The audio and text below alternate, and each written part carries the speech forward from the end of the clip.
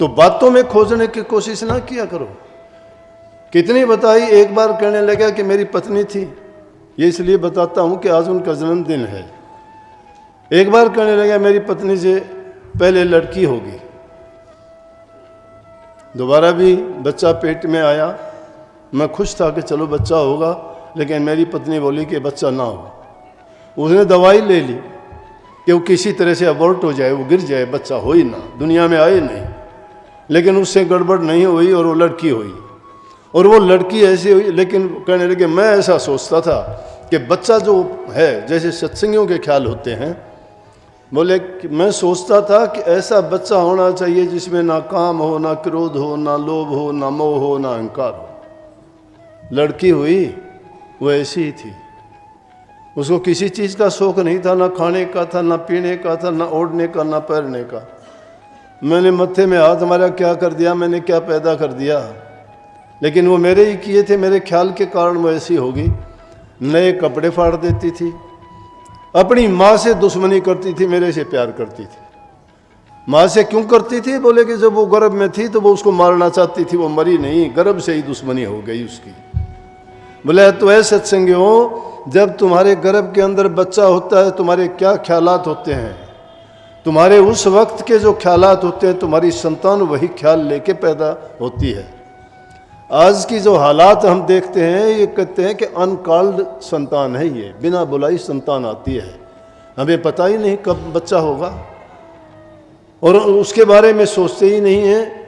हमारे संस्कारों में देखो, जिस दिन से स्त्री गर्भवती होती थी उनको बहुत अच्छे ढंग से अच्छे माहौल में रखते थे, अच्छे उनको धार्मिक पुस्तकें बातें बताई जाती थी, उनको इधर उधर की जो कोई ऐसी चीज़ जिससे उनके विचारों में कोई हीन भावना आए या कोई बुरे विचार या ख्याल पैदा हो, ऐसी चीज़ें नहीं होनी थी। राजे महाराजाओं के दरबार में रानियों को अच्छे से अच्छे खान पान, अच्छे व्यंजन दिए जाते थे, अच्छे अच्छे उनको बातें बताई जाती थी, और जो बच्चे पैदा होते थे वो वैसे ही विचार लेके पैदा होते थे। लेकिन आज की संतान जो पैदा होती है, कोई मांस खाता है, कोई शराब पीता है, कोई निंदा करता है, कोई बुराइयां करता है, कोई कत्ल करता है, कोई डाकेबाजी करता है, कोई हेरा फेरियां करता है, उनकी संतान पैदा होती है। ये जो ऐसी चीज़ें खा के जैसा माल डालोगे वैसी ही तो चीज़ बनेगी ना।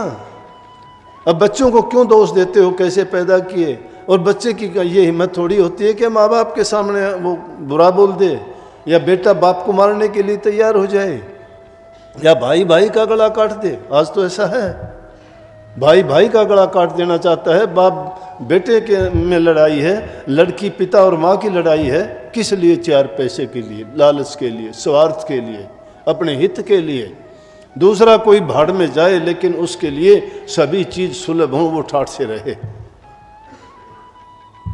तो ये फकीरों ने अपने जीवन की घटनाएं सुना के हमें वो संदेश देने की कोशिश करी।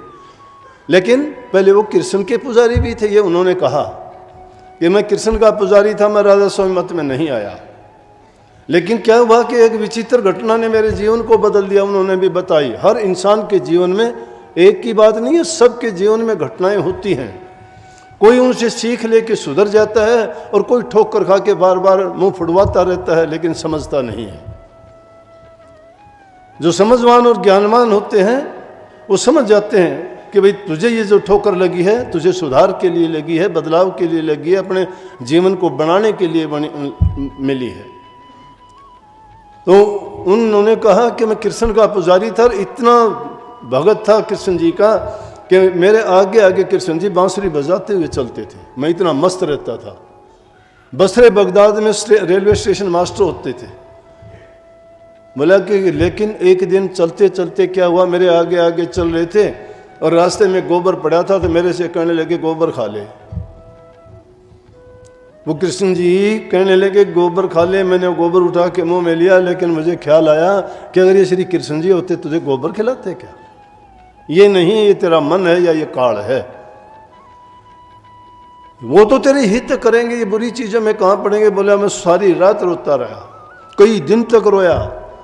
लेकिन जब रोते रोते एक दिन मेरे सपन में आए और महर्षि जी कहने लगे कि लाहौर में मैं वहां मिलूंगा, आपको वहां चले आना। नाम भी नहीं जानता था। महर्षि शिवरतलाल जी उन्होंने नाम बताया, पूछते पुछाते हुए उनके पास पहुंचे। संतों के जो जीव होते हैं, संत उनको खींच लेते हैं, उनको अपने आप बुला लेते हैं, बहाने होते हैं। और उनके पास गए तो उनके अपने गुरु के साथ इतना प्यार महर्षि जी ने के साथ उन्होंने किया कि जब चले जाते थे नौकरी की परवाह नहीं करते थे कि कब आए उनके पास, कब वापस जाना नहीं। लेकिन महर्षि जी क्या करते थे, कई बार तो उनकी मुस्क बांध के गाड़ी में डलवाते थे कि जा इसको गाड़ी में डाल के आओ टिकट लेके, लेकिन रास्ते में खुलवा के फिर वापस आ जाते। तनख्वाह जो मिलती सारे के सारे दे देते। पत्नी जब आई तो पत्नी से उनकी बनती नहीं थी, तो महर्षि जी ने उनके बारे में लिखा। महर्षि जी लेखक बहुत ऊंची कोटि के थे, बड़ी किताबें लिखी, बार बार जिक्र आता है उन्होंने कोई मजहब धर्म नहीं छोड़ा जिसके ऊपर उन्होंने नहीं लिखी हो।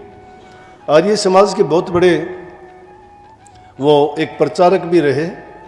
उन्होंने घास पार्टी मांस पार्टी को एक किया, आर्य गजट उन्होंने लिखा, आर्य समाज में थे पहले वो।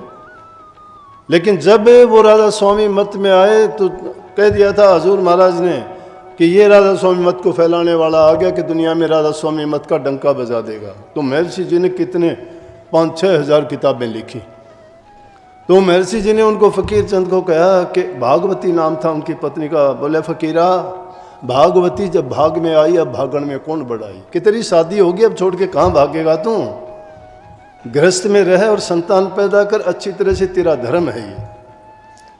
अगर पत्नी को छोड़ के भागता है तो वो तेरा धर्म नहीं है, फिर तो अधर्मी होगा तू, फिर पूर्ण नहीं हो सकता, अधूरा रहेगा। इसलिए कही कि भागवती जब भाग में आई अब भागण में कौन बढ़ाई। और उनके बारे में कितना लिखा कि फकीर चंद तू किसी विशेष काम के लिए यहाँ आया है दुनिया में, तेरे लिए दुनियादारी के और दूसरे काम हैं, उनके लिए नहीं है। और उन्होंने उनके बारे में काफ़ी कुछ लिखा वैसे तो, लेकिन थोड़ी 2-4 लाइन जो मुझे याद है उन्होंने लिखी। तू तो आया नरदेही में धर फकीर का भेषा, दुखी जीव को अंग लगा के ले जा गुरु के देशा। 3 ताप से जीव दुखी है, निबल अबल अज्ञानी, तेरा काम दया का भाई नाम दान दे दानी। कि संतों का काम दया करना है। संत 3 ताप से बचाते हैं, संत जीव के बंधन से मुक्त करके उसके निज देश में पहुंचाते हैं।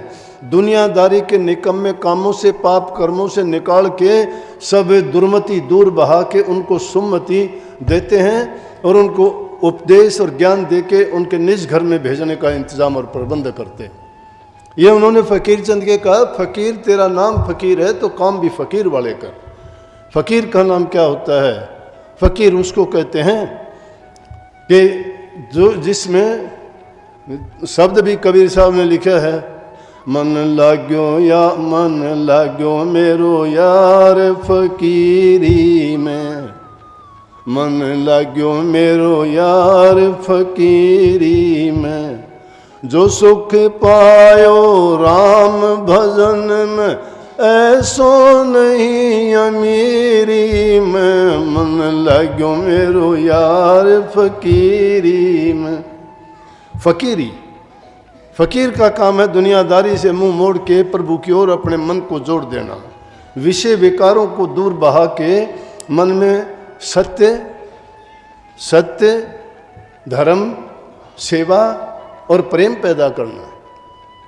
अगर ये चीज़ें जिस सत्संगी के पास नहीं हैं तो कपट की भक्ति है, धोखे की भक्ति है। भक्ति तो है वो, कैसी है? धोखे की, कपट की। तो जैसा करोगे वैसा ही पाओगे। ये तो प्रकृति का नियम है, कर्म का फल है। कर्म सुधारो, कर्म बढ़ाओ, कर्म तुम्हें चढ़ा देगा, कर्म ही तुम्हें गिरा देगा। ऐसे कर्म क्यों करते हो जो तुम्हें गिराए? ऐसा कर्म करो जो तुम्हें चढ़ाए।